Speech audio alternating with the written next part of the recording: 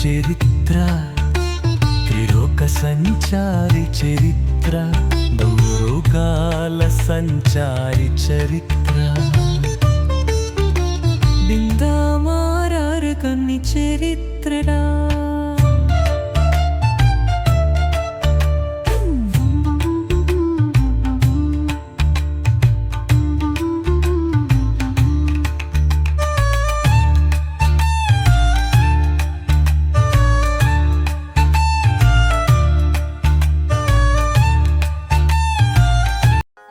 ఆ తరువాత వాడిని చంపించి లోకానికి ఉపకారం చేస్తాడు. నారద మహర్షి వంటి కర్తృత్వం చేసేటటువంటి మహాత్ములు ఈ లోకంలో దుర్లభం. అంటే దుష్టుడికి ఉన్నటువంటి పూర్వజన్మ పుణ్యం ఏదైతే ఉందో అది ఈ జన్మలో పెద్ద సమస్యగా మారిపోతుంది. ఆ సమస్యను తొలగించేవాడు నారదుడు. మరొక వృత్తాంతానికి వెళితే, పూర్వం జలంధరుడు అనేటువంటి ఒక రాక్షసుడు సమస్త దేవతలని జయించి స్వర్గలోకాన్ని ఆక్రమించాడు, భూలోకాన్ని ఆక్రమించాడు. అతడిని ఎవ్వరూ ఏమి చేయలేకపోతున్నారు ఆ జలంధరుణ్ణి. ఎందుకని? వాడికి చాలా పుణ్యం ఉంది. అదే కాకుండా వాడి యొక్క భార్య తులసి ఒక మహాపతివ్రత. ఆమె పాతివ్రత్య ధర్మం వల్ల వాడు రక్షింపబడుతున్నాడు.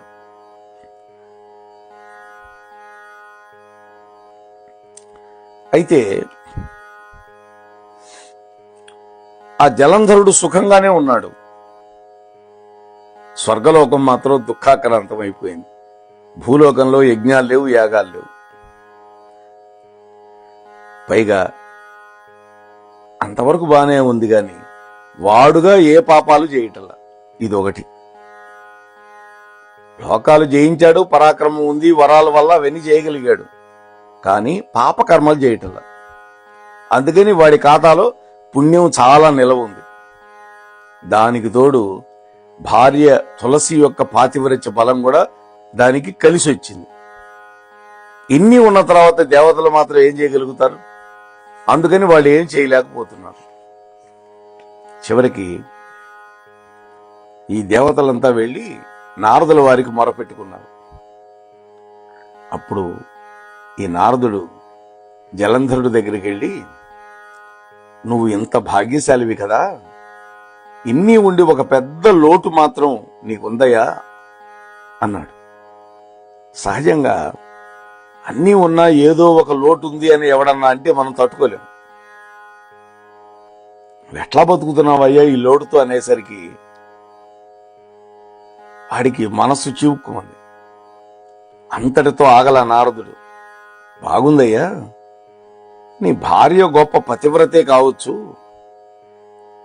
ఉత్తమ ఇల్లాలే కావచ్చు, కానీ నిన్ను దేవతలు మోసం చేశారు అన్నాడు. చూడు, ఆ లక్ష్మీదేవి ఎంత చక్కగా నారాయణుడు పక్కన ఉంటున్నదో, ఎప్పుడు సుఖంగా ఉంటున్నది కదా. అంతేకాదు ఆ కైలాసంలో ఉండే పార్వతీదేవిని చూడు, ఎంత సుందరి, ఏమి తేజస్సు, ఏమి అందం. బూడిద పూసుకొని ఎప్పుడు చూసినా శ్మశానంలో తిరుగుతూ ఉండే ఆ రుద్రుడి పక్కనే ఉంటున్నదామె.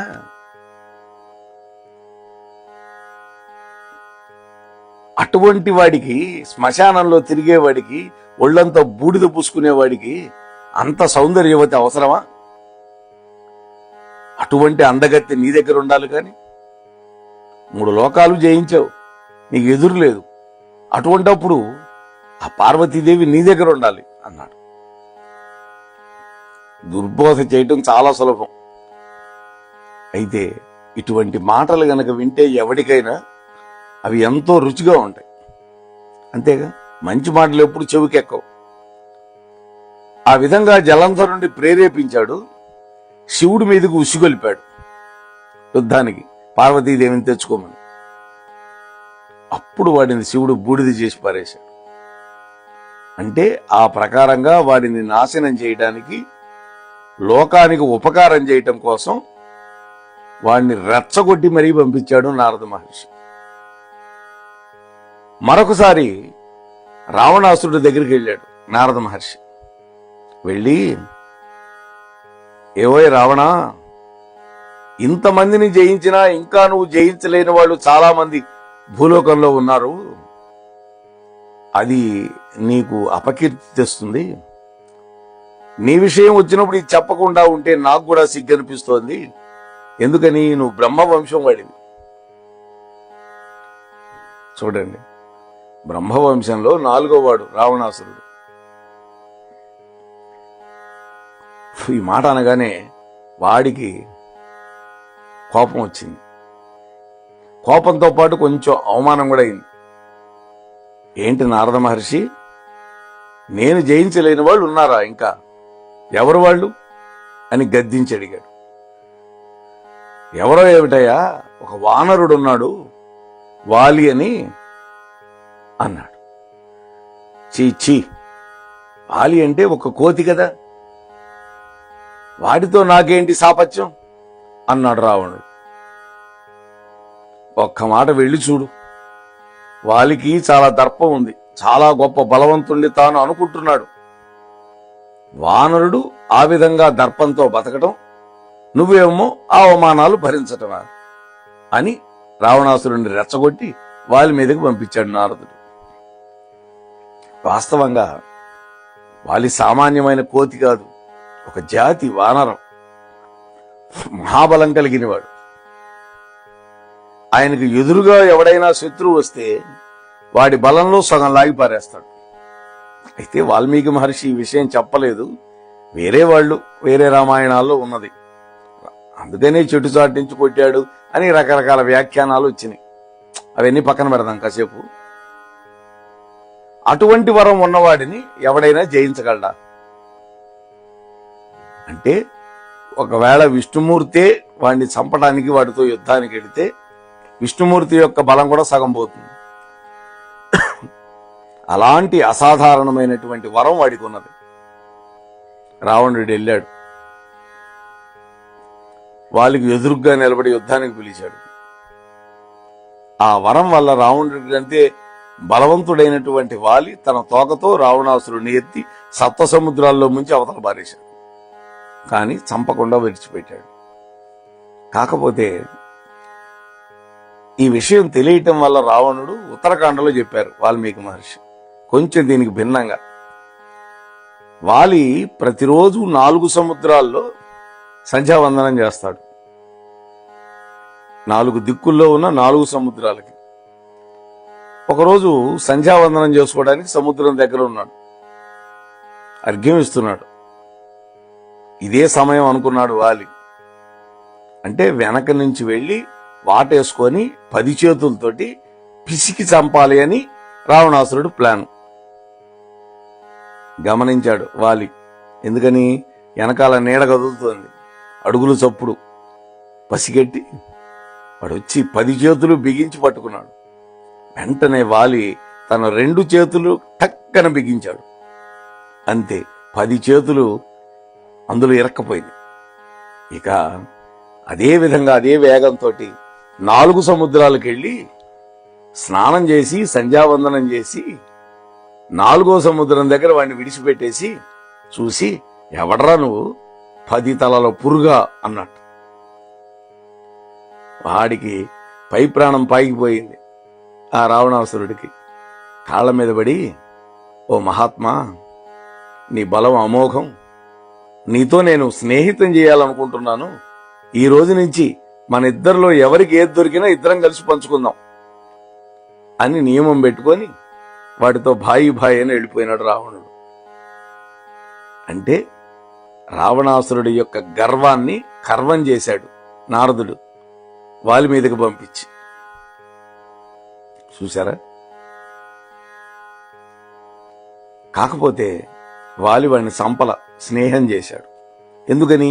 పాదాల మీద పడినవాడిని ఎవరూ చంపరు, శరణు అన్న వాళ్ళని ఎవరూ చంపరు, వీరులు. అది వీరుల యొక్క లక్షణం. ఇకపోతే మహిషాసుర వృత్తాంతానికి వెళదాం. మహిషాసురుణ్ణి సాక్షాత్తు అమ్మవారు జగన్మాత వచ్చి చంపడానికి కూడా కారణం నారదుడి యొక్క ప్రబోధమే. చూడండి, సరే, మరొక కథ. రుక్మిణీదేవి శ్రీకృష్ణ పరమాత్మని వరించి నిత్యము స్మరించుకుంటున్నది. అంటే రుక్మిణీదేవి తండ్రి అయినటువంటి భీష్మకుడి దగ్గరికి అనేక మంది మహర్షులు వస్తూ ఉంటారు. వాళ్ళు వచ్చినప్పుడు కృష్ణుడి యొక్క గుణగణాలు అక్కడ వర్ణించారు. అవన్నీ విని కృష్ణుడే నాకు భర్త అని నిర్ణయించుకుంది ఆ తల్లి. అలాంటి వాళ్లే పరమాత్మ దగ్గరకు కూడా వెళ్లి రుక్మిణీదేవి గురించి పొగిడారు. ఆయన మనస్సులో రుక్మిణీదేవే నా పట్టపురాణి అనుకున్నాడు, పెళ్లి చేసుకోవాలనుకున్నాడు. కానీ రుక్మిణీదేవి యొక్క పుట్టింట్లో వాళ్ళు తండ్రికి ఇష్టమే, కానీ పెద్దన్న ఒకడున్నాడు, వాడి పేరు రుక్మి. వాడికి తన స్నేహితుడైనటువంటి శిశుపాలుడికి ఇచ్చి పెళ్లి చేయాలని తన చెల్లెల్ని. అందుకని కృష్ణుడికి ఇచ్చి పెళ్లి చేయడానికి ఒప్పుకోవాలి. కృష్ణుడి పేరు చెబితేనే మంట వాడికి, ఏది ఆ రుక్మి అనేవాడికి. కానీ అప్పుడు ఆ తల్లి స్వతంత్రించి ఏం చేయగలుగుతుంది?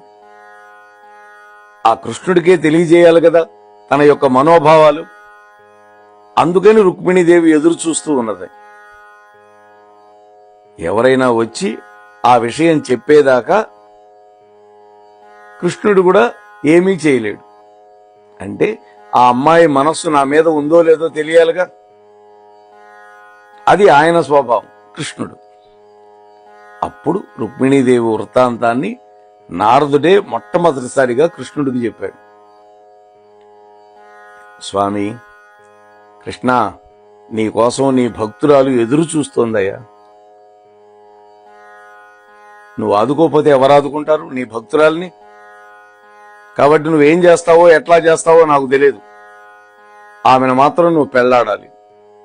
ఆమె సాక్షాత్తు నీ దేవేరి అయినటువంటి లక్ష్మీదేవేనయ్యా. నీకోసం వచ్చింది, భూలోకంలో పుట్టింది, నీకు తెలుసు కదా స్వామి అన్నాడు నారదుడు. అని చెప్పి వెళ్ళిపోయాడు. అక్కడ రుక్మిణీదేవి కూడా అగ్నిజ్యోతనుడు అనేటువంటి ఒక బ్రాహ్మణుడిని పిలిచి ఒక లేఖ ఇచ్చి కృష్ణుడి దగ్గరికి పంపించింది. ఆ మహాత్ముడు వచ్చి రుక్మిణీదేవి మనస్సంతా ఆవిష్కరించాడు అక్కడ. ఆ తర్వాత జరిగిన విషయం మనకు తెలుసు. కృష్ణ పరమాత్మ హుటాహుటిగా వచ్చాడు, రుక్మిణి జయించాడు. జరాసంధుడు అలాగే ఈ యొక్క శిశుపాలుణ్ణి జయించేశాడు. రుక్మిణీదేవిని చేపట్టి తీసుకొచ్చి పెళ్లి చేసుకున్నాడు. దాన్ని రాక్షస వివాహం అని పెద్దలు చెప్పారు. మరి ఇంకా నారద మహర్షి ఏమేమి అద్భుతమైనటువంటి కార్యాలు చేశాడు అనేటువంటి విషయాన్ని శ్రీకృష్ణ పరమాత్మ యొక్క దివ్యానుగ్రహంతో రేపటి రోజు ముచ్చటించుకునే ప్రయత్నం చేద్దాం. అంతవరకు ఛానల్ చూస్తూ ఉండండి. ప్రవచనం నచ్చితే మీ మిత్రులకి బంధువులకి షేర్ చేయండి.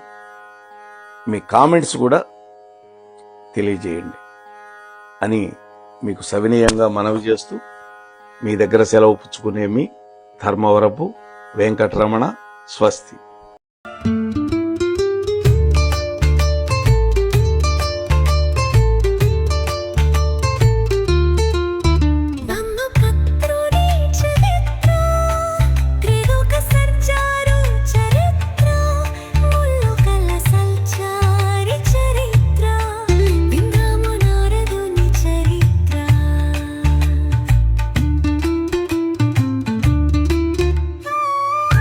మోహనవాణి పోడ్కాస్ట్ వింటున్న శ్రోతలందరికీ హృదయపూర్వక ధన్యవాదాలు.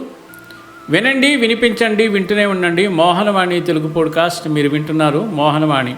ఇంతవరకు మన ఛానల్కి ఎవరైనా సబ్స్క్రైబ్ చేసుకోకపోతే ఇప్పుడే ఈ క్షణమే సబ్స్క్రైబ్ చేసుకుని ఆ పక్క నుండి బెల్ బటన్ మ్రోగించి మమ్మల్ని ప్రోత్సహిస్తారని మనస్ఫూర్తిగా కోరుకుంటూ